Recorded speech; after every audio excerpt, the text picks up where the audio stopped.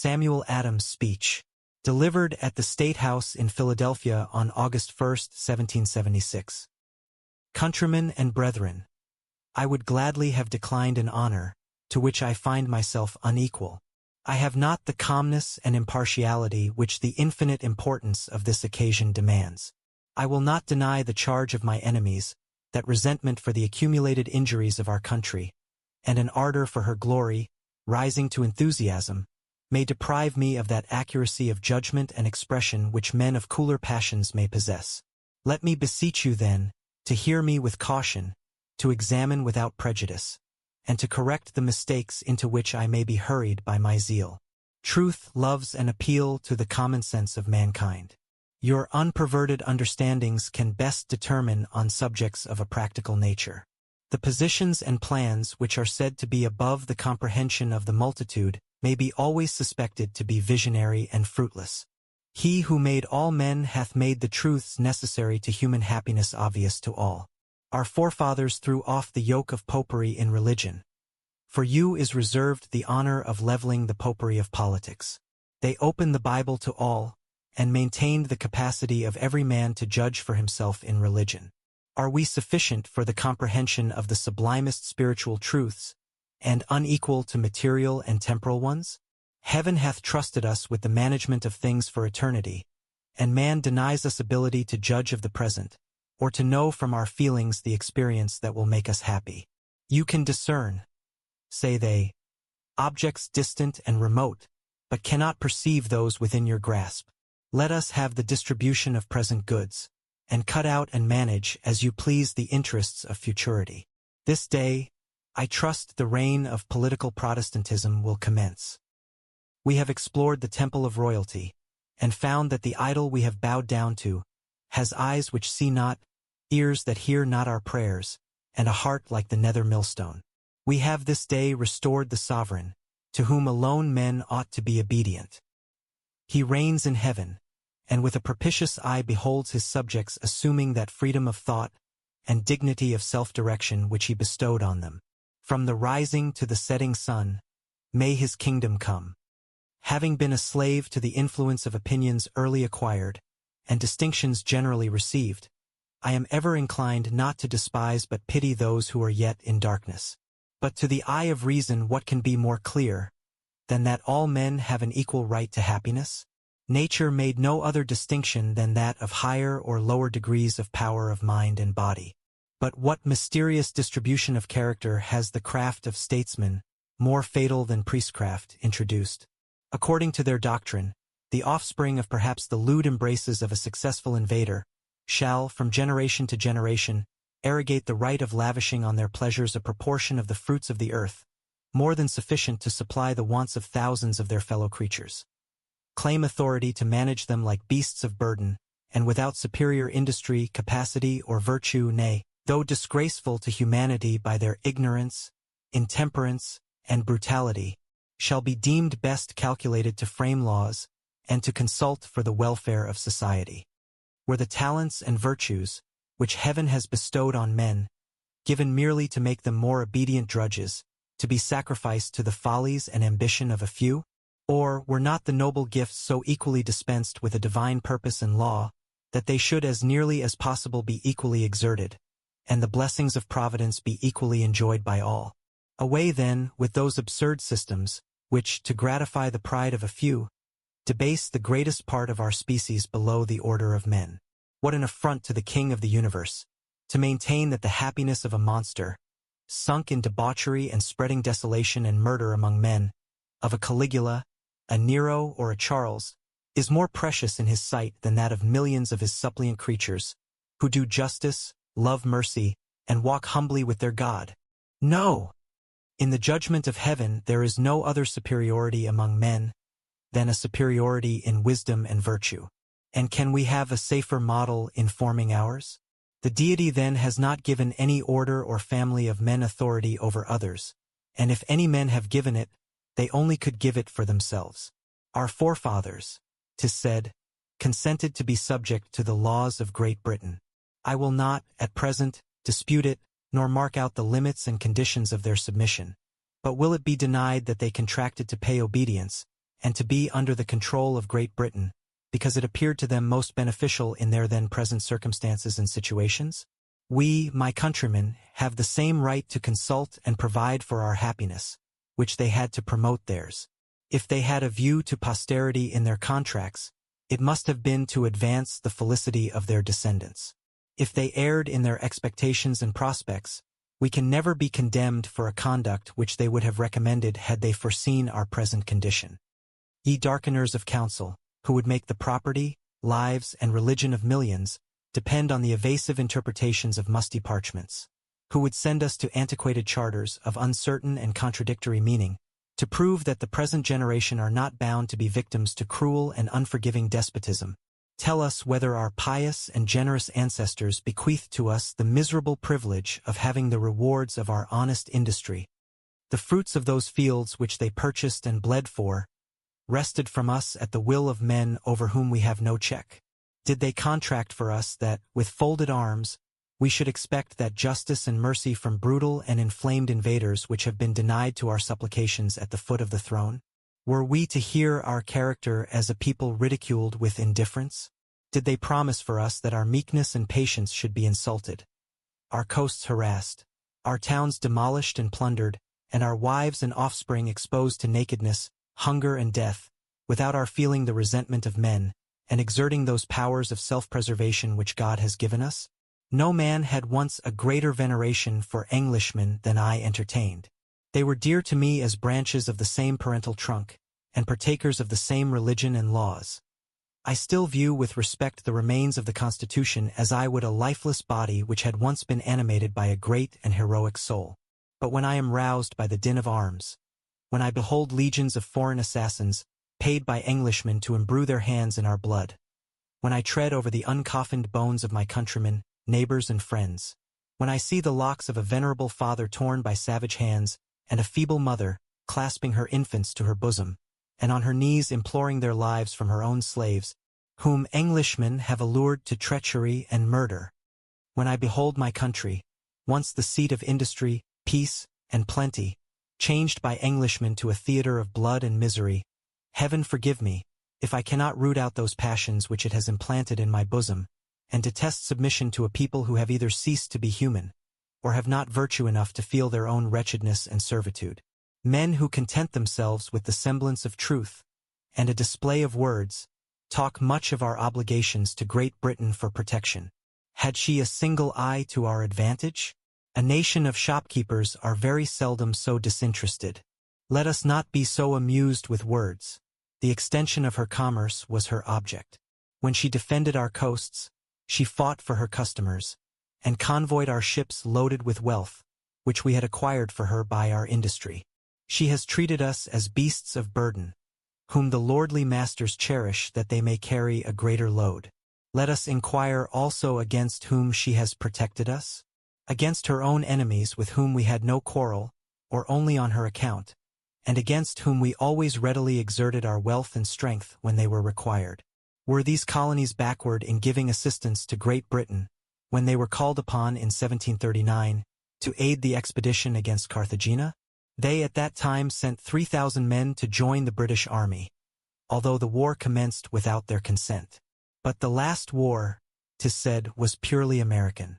This is a vulgar error, which, like many others, has gained credit by being confidently repeated.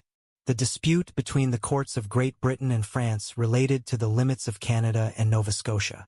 The controverted territory was not claimed by any in the colonies, but by the Crown of Great Britain. It was therefore their own quarrel.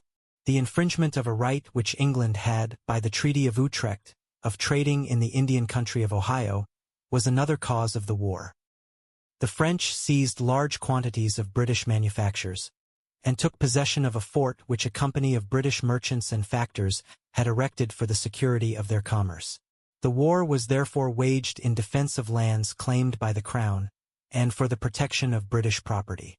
The French at that time had no quarrel with America, and, as appears by letters sent from their commander-in-chief to some of the colonies, wished to remain in peace with us.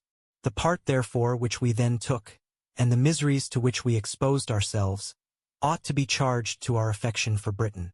These colonies granted more than their proportion to the support of the war. They raised, clothed, and maintained nearly 25,000 men, and so sensible were the people of England of our great exertions, that a message was annually sent to the House of Commons purporting that His Majesty, being highly satisfied of the zeal and vigor with which his faithful subjects in North America had exerted themselves in defense of His Majesty's just rights and possessions, recommended it to the House to take the same into consideration, and enable him to give them a proper compensation. But what purpose can arguments of this kind answer? Did the protection we received annul our rights as men, and lay us under an obligation of being miserable? Who among you, my countrymen, that is a father, would claim authority to make your child a slave because you had nourished him in his infancy? It is a strange species of generosity which requires a return infinitely more valuable than anything it could have bestowed, that demands as a reward for a defense of our property, a surrender of those inestimable privileges, to the arbitrary will of vindictive tyrants, which alone give value to that very property. Political right and public happiness are different words for the same idea. They who wander into metaphysical labyrinths, or have recourse to original contracts, to determine the rights of men, either impose on themselves or mean to delude others. Public utility is the only certain criterion. It is a test which brings disputes to a speedy decision, and makes it appeal to the feelings of mankind. The force of truth has obliged men to use arguments drawn from this principle who were combating it, in practice and speculation. The advocates for a despotic government, and non-resistance to the magistrate, employ reasons in favor of their systems drawn from a consideration of their tendency to promote public happiness. We are now on this continent, to the astonishment of the world, 3 millions of souls united in one common cause. We have large armies, well disciplined and appointed, with commanders inferior to none in military skill, and superior in activity and zeal. We are furnished with arsenals and stores beyond our most sanguine expectations, and foreign nations are waiting to crown our success by their alliances. There are instances of, I would say, an almost astonishing providence in our favor. Our success has staggered our enemies, and almost given faith to infidels, so that we may truly say it is not our own arm which has saved us. The hand of heaven appears to have led us on to be, perhaps, humble instruments and means in the great providential dispensation which is completing. We have fled from the political Sodom. Let us not look back, lest we perish and become a monument of infamy and derision to the world. For can we ever expect more unanimity and a better preparation for defense? More infatuation of counsel among our enemies, and more valor and zeal among ourselves? The same force and resistance which are sufficient to procure us our liberties will secure us a glorious independence and support us in the dignity of free imperial states.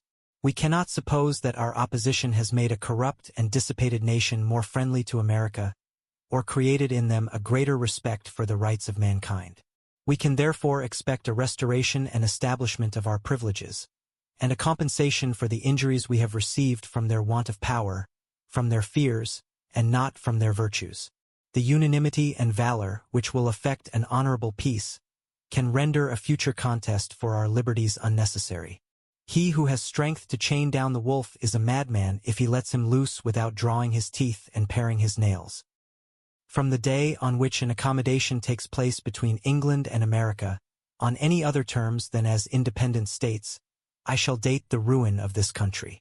A politic minister will study to lull us into security, by granting us the full extent of our petitions. The warm sunshine of influence would melt down the virtue, which the violence of the storm rendered more firm and unyielding. In a state of tranquility, wealth, and luxury, our descendants would forget the arts of war, and the noble activity and zeal which made their ancestors invincible. Every art of corruption would be employed to loosen the bond of union which renders our assistance formidable. When the spirit of liberty which now animates our hearts and gives success to our arms is extinct, our numbers will accelerate our ruin, and render us easier victims to tyranny. Ye abandoned minions of an infatuated ministry, if peradventure any should yet remain among us, remember that a Warren and Montgomery are numbered among the dead. Contemplate the mangled bodies of our countrymen, and then say, what should be the reward of such sacrifices? To unite the supremacy of Great Britain and the liberty of America is utterly impossible. So vast a continent and of such a distance from the seat of empire will every day grow more unmanageable. The motion of so unwieldy a body cannot be directed with any dispatch and uniformity, without committing to the Parliament of Great Britain powers inconsistent with our freedom. The authority and force which would be absolutely necessary for the preservation of the peace and good order of this continent would put all our valuable rights within the reach of that nation.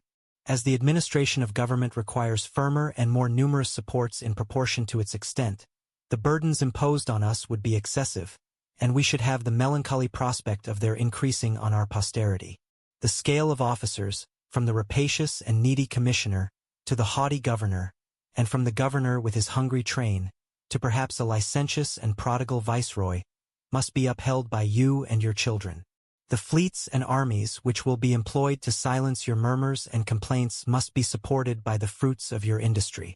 And yet, with all this enlargement of the expense and powers of government, the administration of it at such a distance, and over so extensive a territory, must necessarily fail of putting the laws into vigorous execution, removing private oppressions, and forming plans for the advancement of agriculture and commerce, and preserving the vast empire in any tolerable peace and security.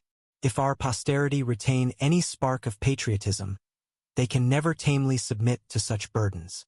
This country will be made the field of bloody contention till it gains that independence for which nature formed it. It is therefore injustice and cruelty to our offspring, and would stamp us with the character of baseness and cowardice, to leave the salvation of this country to be worked out by them with accumulated difficulty and danger. Prejudice, I confess, may warp our judgments. Let us hear the decision of the Englishman on this subject, who cannot be suspected of partiality. The Americans, say they, are but little short of half our number. To this number they have grown from a small body of original settlers by a very rapid increase. The probability is that they will go on to increase, and that in 50 or 60 years they will be double our number, and form a mighty empire, consisting of a variety of states, all equal or superior to ourselves in all the arts and accomplishments which give dignity and happiness to human life.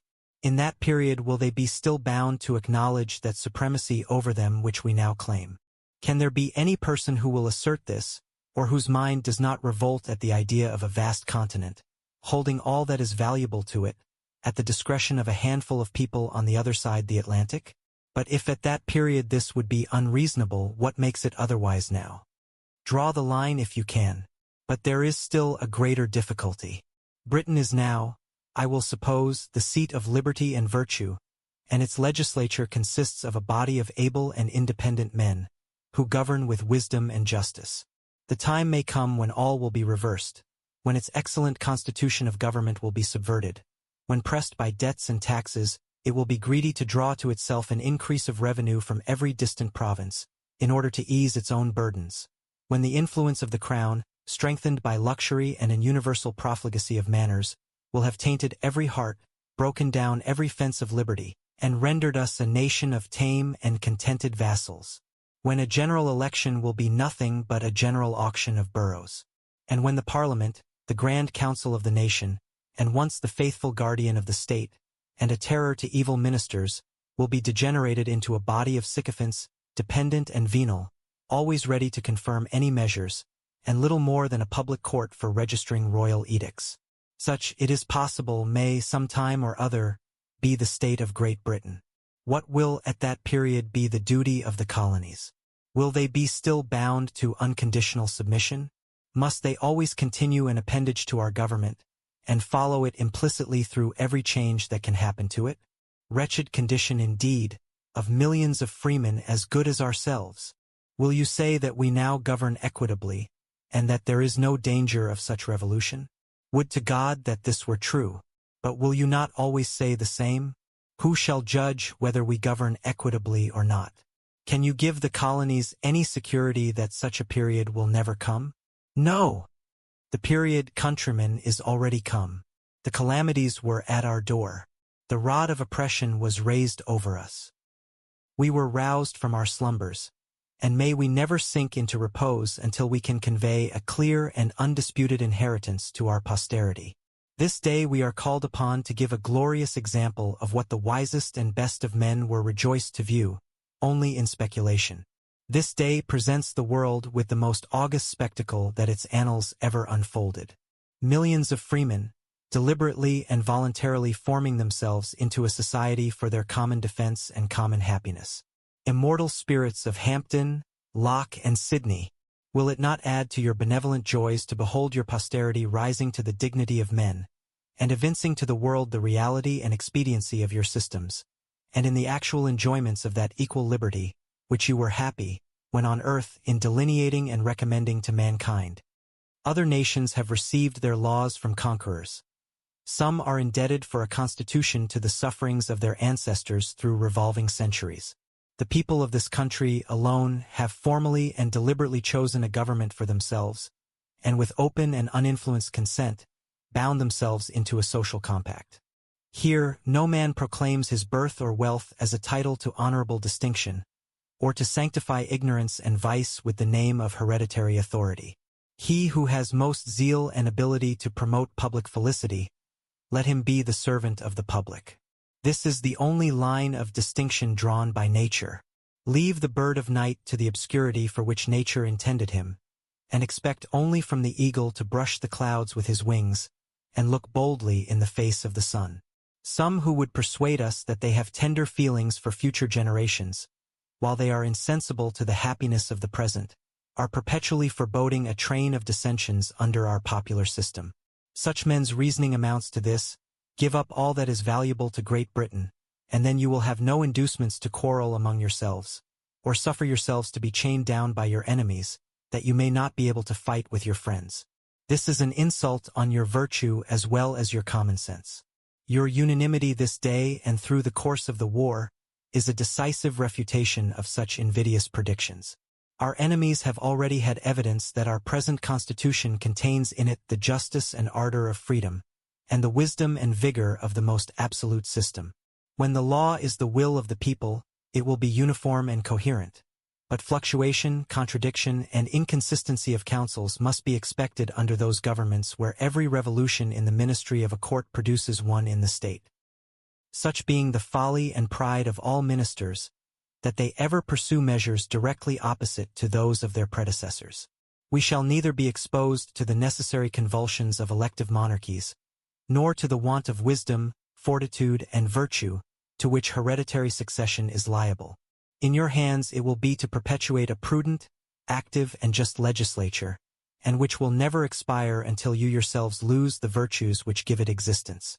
And, brethren and fellow countrymen, if it was ever granted to mortals to trace the designs of Providence, and interpret its manifestations in favor of their cause, we may, with humility of soul, cry out, not unto us, but to thy name be the praise.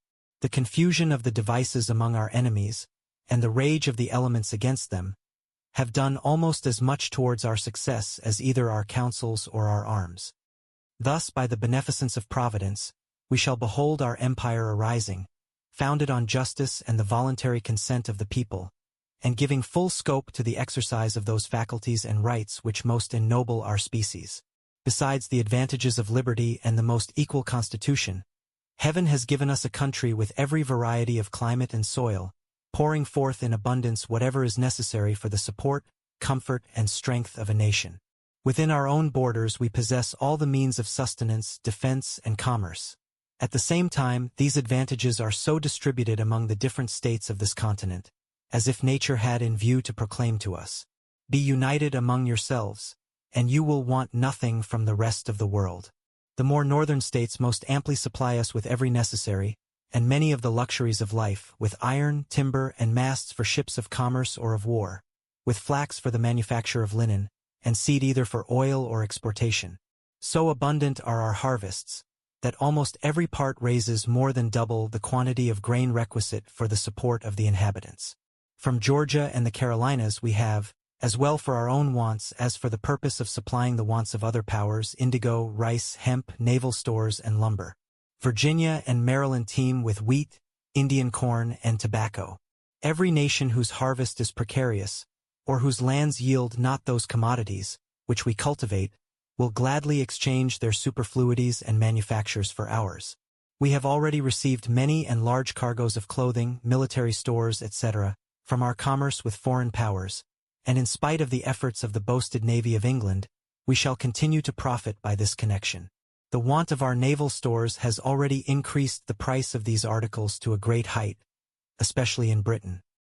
Without our lumber, it will be impossible for those haughty islanders to convey the products of the West Indies to their own ports. For a while they may with difficulty effect it, but without our assistance, their resources soon must fail. Indeed, the West India Islands appear as the necessary appendages to this our empire. They must owe their support to it, and ere long, I doubt not, some of them will from necessity wish to enjoy the benefit of our protection. These natural advantages will enable us to remain independent of the world, or make it the interest of European powers to court our alliance, and aid in protecting us against the invasions of others. What argument therefore do we want, to show the equity of our conduct, or motive of interest to recommend it to our prudence? Nature points out the path, and our enemies have obliged us to pursue it. If there is any man so base or so weak as to prefer a dependence on Great Britain to the dignity and happiness of living a member of a free and independent nation, let me tell him that necessity now demands what the generous principle of patriotism should have dictated. We have now no other alternative than independence, or the most ignominious and galling servitude. The legions of our enemies thicken on our plains. Desolation and death mark their bloody career, whilst the mangled corpses of our countrymen seem to cry out to us as a voice from heaven. Will you permit our posterity to groan under the galling chains of our murderers? Has our blood been expended in vain? Is the only reward which our constancy, till death, has obtained for our country, that it should be sunk into a deeper and more ignominious vassalage? Recollect who are the men that demand your submission, to whose decrees you are invited to pay obedience. Men who, unmindful of their relation to you as brethren, of your long implicit submission to their laws, of the sacrifice which you and your forefathers made of your natural advantages for commerce to their avarice, formed a deliberate plan to wrest from you the small pittance of property which they had permitted you to acquire. Remember that the men who wish to rule over you are they who, in pursuit of this plan of despotism, annulled the sacred contracts which had been made with your ancestors, conveyed into your cities a mercenary soldiery to compel you to submission by insult and murder, who called your patience cowardice, your piety hypocrisy. Countrymen, the men who now invite you to surrender your rights into their hands are the men who have let loose the merciless savages to riot in the blood of their brethren, who have dared to establish popery triumphant in our land, who have taught treachery to your slaves, and courted them to assassinate your wives and children. These are the men to whom we are exhorted to sacrifice the blessings which Providence holds out to us, the happiness, the dignity of uncontrolled freedom and independence.